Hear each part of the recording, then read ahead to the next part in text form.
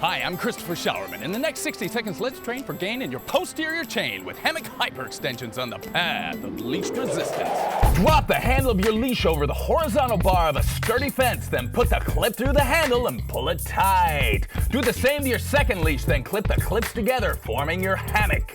Step into your hammock facing away from the fence and walk the back of your heels firmly secured against the bottom of the fence. Plank forward with the hammock around your waist. You can put a towel where the straps cradle you for added comfort.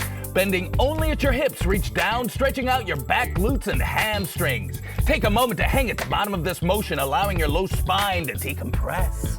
Then using your low back, glutes, and hammies, extend forward and up with your arms reaching above your head like Superman. Check your equipment before every workout, have a training partner spot you, and always leave the gym nicer than you found it. Show back pain the door with a strong balanced core with Hammock hyperextensions on the path of least resistance.